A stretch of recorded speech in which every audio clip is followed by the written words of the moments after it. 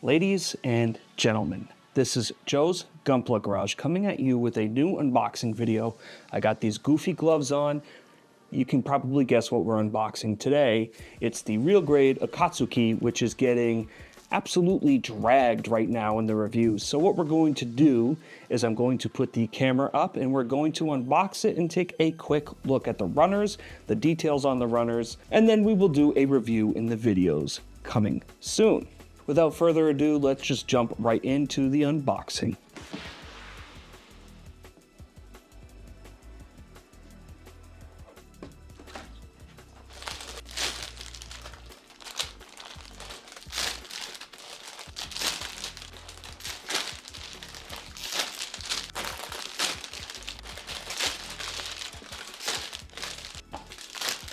One thing I want to talk about real quick is why has Bandai screwed up the instructions on like 3 kits this year? Like, this is absolutely ridiculous that the instructions have been screwed up yet again.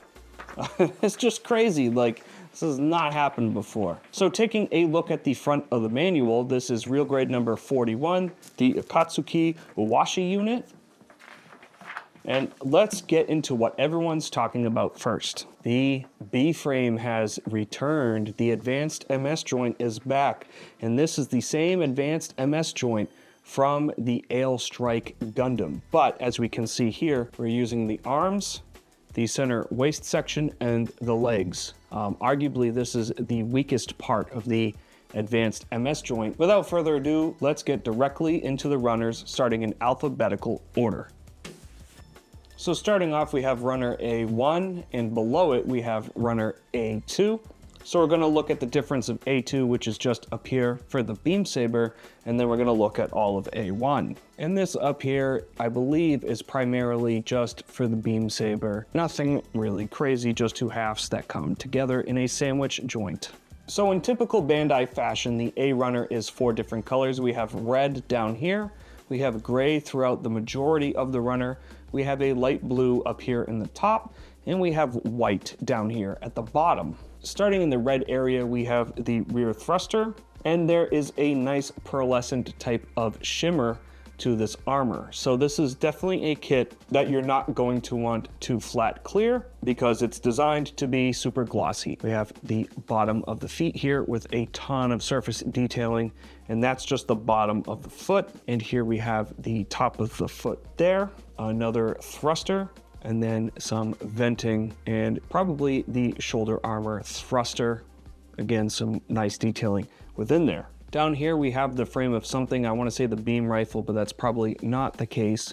And we have a ton of surface detailing within this as well. Down in the white section, we have a couple random fins, I assume, for the Uwashi pack. I have a vent here, and then a piece for the shield for color separation, and the top blemish for the shield. Here we have the cockpit hatch for the Uwashi unit, which I think is automated. I don't think there's a pilot in there, but you can lift this up. It's got a pseudo open hatch gimmick, so you can see all the greebling within once this is open. And then we have a random bit of color separation for a sensor. So here we have all these joint pieces. A lot of these are going to be for the foot. Here we have something for the skirt, probably the back of the foot, and then the primary front of the foot there. I also know that there are pieces that go around the arm for support.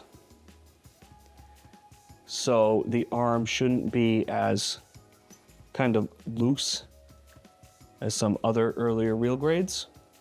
It's just some random joints. And then we have the eye sensor piece, which it looks like the eyes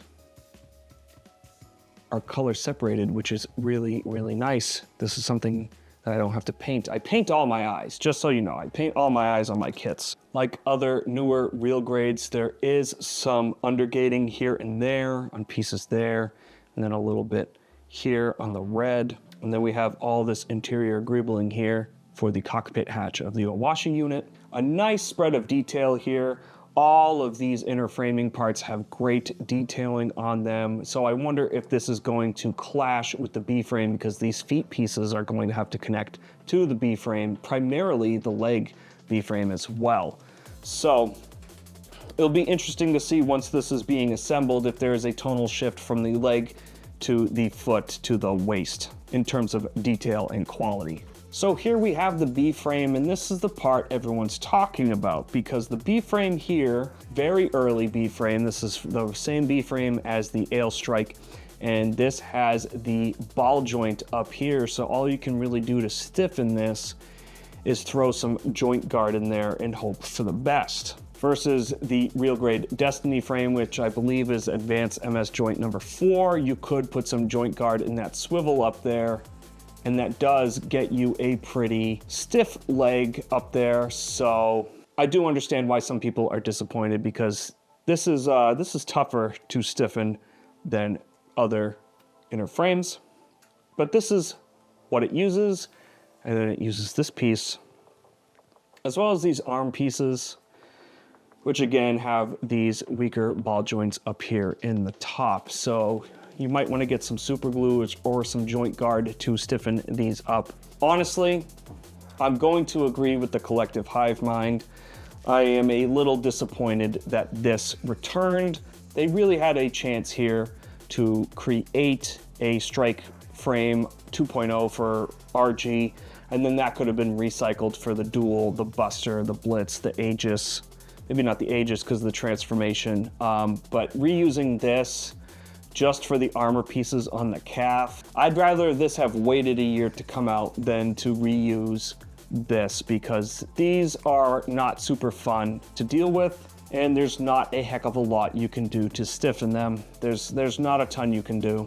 It's just you put joint guard on it and you hope for the best. So yep, I can understand people's disappointment now with the B-frame. Here we have the Sea Runner, and it's in a bright gold. I believe all the golds are slightly different, but this is in a super bright gold, and as you can tell, it is plated. Now, the most important question with a plated kit is it undergated? Let's take a look. And it looks like it's undergated where it matters on these armor pieces. And we do even have some decent truss framing in there on that skirt piece. Undergated on the shield, all this framing in there.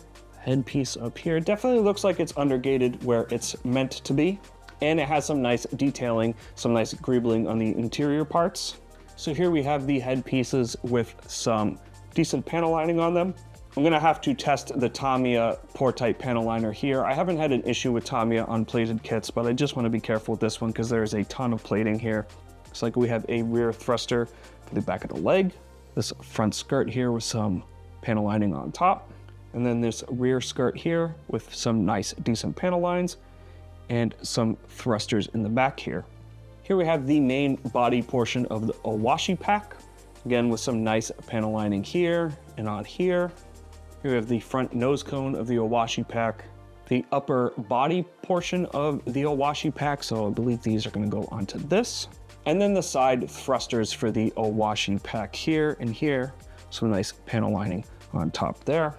Some more skirting, the rear skirt and the front skirt. Here we have one side of the leg armor, the panel line down there. Some nice venting there. Some nice truss framing there on the leg. And then we have the main body here and the lower torso. Decently impressive Sea Runner. Lots of great details on this. Moving on to the next one. Here we have two D runners. They are identical, so we're only going to look at one. So up here, I believe, is upper bicep pieces. And here is the top of the hand with no panel lining on there, which is interesting. Usually seed kits have like a little square up there on the top. We have the top of the foot here. Miscellaneous armor pieces throughout with some decent panel lining on them. Looks like the front of the thigh here. The lower portion of the leg here. So we got some cutout here where some armor is going to peek through. That's going to look really nice with that framing peeking through that rather than armor. And then this raised panel there. Have the cuff link for the arm with some very nice detailing within there. Here it looks like we got some like type of chainmail in there. That looks really cool. That'll look really nice, especially if I can get some Tamiya in there. Flow that through, that's going to look awesome. Here we have the wing for the Owashi pack. Got some nice flaps there. More pieces for the Owashi pack. And then another wing for the Owashi. Flipping it over, again, it looks like we have undergating where it counts, which is nice to see on a plated kit. If this wasn't undergated, this kit would be, I don't want to say worthless, but people would drag it even more, especially for the price of it. You would want this to be as undergated as possible because you don't want all those black nub marks on this gold kit. Here we have Runner E1, and it's in this similar brilliant type of darkish gold, and this is primarily going to be more armor pieces. Of the back of the thigh here with some nice panel lines. It's nice that the light is actually filling in all the panel lines so you can see all the detail on this lower torso section, I believe. A washi pack with all this detailing on top. Some more armor pieces. Looks like a thruster there with some nice panel lines on the side. One of the cannons for the Owashi pack, part of the upper shoulder armor, probably the top cap of the shoulder armor if I had to take a guess. And then just more miscellaneous pieces with the front of the shin with some nice venting there on the side. Looks like we are going to have a nub on the upper armor. I'm not really sure how else they could have done this to even make this undergated. That's probably the best they could have done. And again, the undergating continues throughout this kit, and that is a good thing. Here we have Runner E2, and this is in a type of matte dark gold, which actually looks pretty cool, honestly. This kit actually might look really cool in matte. We have this small piece down here, which I believe to be the chin, the front chest vents, some rear venting for a thruster, probably for the Owashi pack, and then some more venting, again, for the Owashi pack. This looks really cool. All these different shades of gold, so the bright gold, the dark gold, this matte gold, all those golds contrasting together is gonna look awesome. Definitely taking a page out of the MGEX for this. It's nice to see this in all these different golds. Here is Runner E3, which is just the bottom half of Runner E1. So we're not really gonna look at this as just more armor pieces, the Owashi gun, the front shin armor, and then just miscellaneous armor. So we are going to move on. Here we have the F Runner, and I believe this is a recycled runner from the Ale Strike Gundam. We have all this strapping down here for the Ale Strike, which we do not use on the Akatsuki. We have the top of the thigh armor here, the little daggers, rear thrusters. Yeah, this is all old Ale Strike stuff. I believe this is the cockpit seat, the front of the knee armor, and then the back of the knee armor, which is unused, I'm pretty sure. We have this knee section here, which is for the inner frame itself. So these go on the inner frame with the B frame, and then this goes like on the front and the back. Bottom thruster for the feet, and then just more miscellaneous armor separation pieces. Yeah, I believe a lot of this is a lot of leftovers. I think this gets used, but the rest of this doesn't. Like, there's a lot of unused stuff on Runner F because it's from the Ale Strike, so let's just move on. Here we have Runner G1 on the bottom and G2 on top, and they are virtually identical, so we're only gonna look at G1, and this is in a gloss black color. It's not pearlescent like the red was, but it's super duper glossy. So here we have the top of the shield and then some miscellaneous armor pieces throughout, all with some fantastic panel lining. There's a ton of panel lining in there. A ton of surface greebling and detailing within. The top collar for the head. Again, more great detailing. You can definitely see where they took the newer real grade design cues where it's got a super detailed frame on it. We have the back connection point for the Owashi pack, again drowning in detail. I cannot get over how much detail they put on this just one tiny piece. We got a wing here, just a color separation piece, like 2 panels to line on it. Another color separation and more color separation pieces. Here we have the inner framing for the shoulder armor. Again, more fantastic detailing within. If you wanted to paint this, you could paint all this truss framing in there, make it really pop. It would look fantastic. It's a lot of work, but it would look fantastic. And then here we have the legs. So these clip onto the B frame, and then that gold piece comes around. Here we have the last parts runner, and this is the H runner. Starting off here, we have this giant section for the Owashi pack. So this is going to be the primary main inner framing, if you will, of the Owashi pack with this piece. And this piece, all these thruster details within there, All these thruster bells here and here and here. They all have fans within them. Really, really looks fantastic in there. And here we have all this venting going horizontally and vertically, horizontally. This all looks fantastic. And again, we have all these fantastic details down here for these parts, which I think are for the Owashi. Some fantastic greebling there. We have the main inner frame portion for the head. All the hands are down here at the bottom. We have the inner truss framing for the shield. Here we have the shield handle, probably something for the neck there.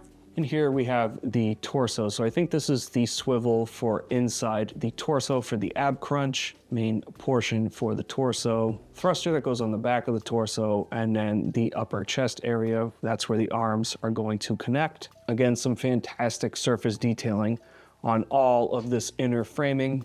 You could be here for years just painting this kit. Here we have the beam rifle, the other half of the beam rifle, so that goes together on a sandwich joint. Here we have the inner framing for probably the front skirt with some nice venting on the outside. And then finally, the top of the waist here. Here we have a standard beam saber runner. This is an SB9 beam saber runner, really nothing to write home about. It's kind of flat, square, chunky at the bottom there. And then lastly, they give us an Action Base 7, which we just looked at with the Destiny Zeus. This is for the Owashi pack, as well as to hold the Akatsuki. I assume this is packed in because it's a super back heavy kit and they want to avoid all the complaints that this kit's going to get in terms of toppling over. I'm sure they saw that in research and development and said just throw in an Action Base 7 and that should help alleviate it. It clearly has not calmed the mob that's out there that's pissed off about the Akatsuki Owashi, but here we are. I do like the Action Base 7, it's pretty nice. I didn't use it until the Zeus silhouette, but I'm happy to add another one to my collection. So here we have our full spread of runners for the real grade Akatsuki Owashi. There are 13 runners total here, with 6 plated in gold. And this is molded in 9 different colors. So these 2 gold colors here, this darker gold, this matte gold, black, we got red, blue, white, gray, and then a different shade of gray up there for the recycled parts from the Ailstrike Gundam. And then we got the B-frame here, which you're not really going to see. The surface detail and undergating on this kit is really impressive. The pearlescent red down here is also really impressive. It's very nicely detailed. Every runner on this is nicely detailed. Even these gold parts are nicely detailed, both on the top side and the back side.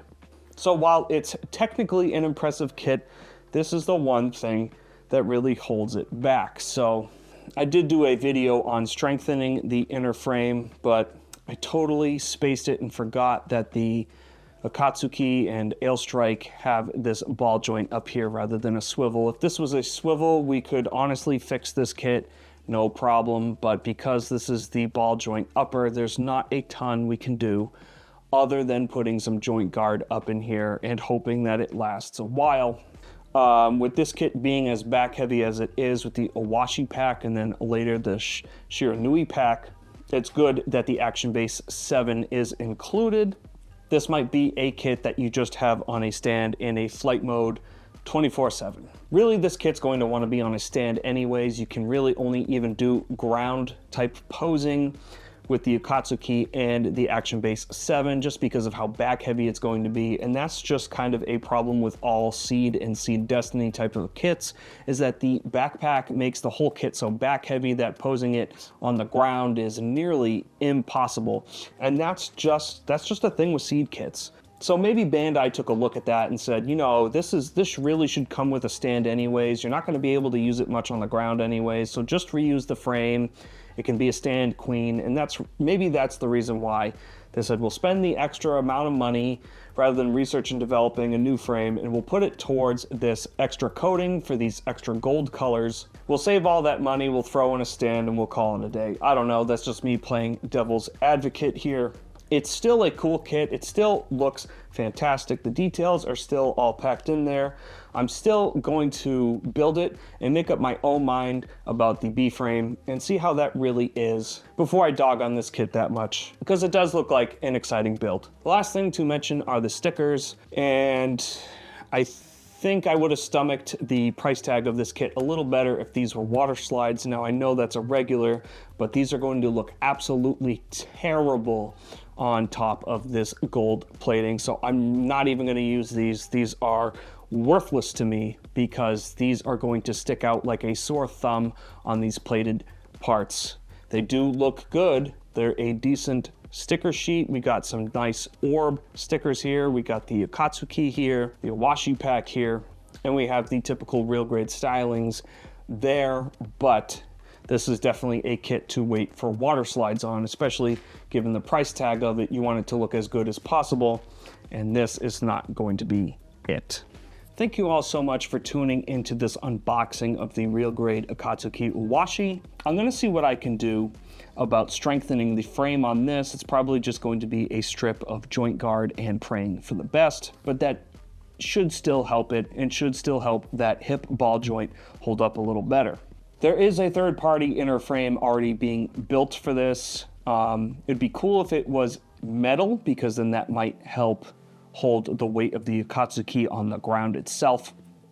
And you may not even need a stand at all, but who's to say, and who knows, we'll see what happens when that gets released. Despite the negative outlook that a lot of fans have on this kit, I am excited to build it. I do think the real grade Akatsuki is a weird pick for a real grade right now. We still don't have a real grade Double Zeta or an Infinite Justice Gundam, and the Infinite Justice Gundam is arguably a little more valuable to the Seed storyline versus the Akatsuki.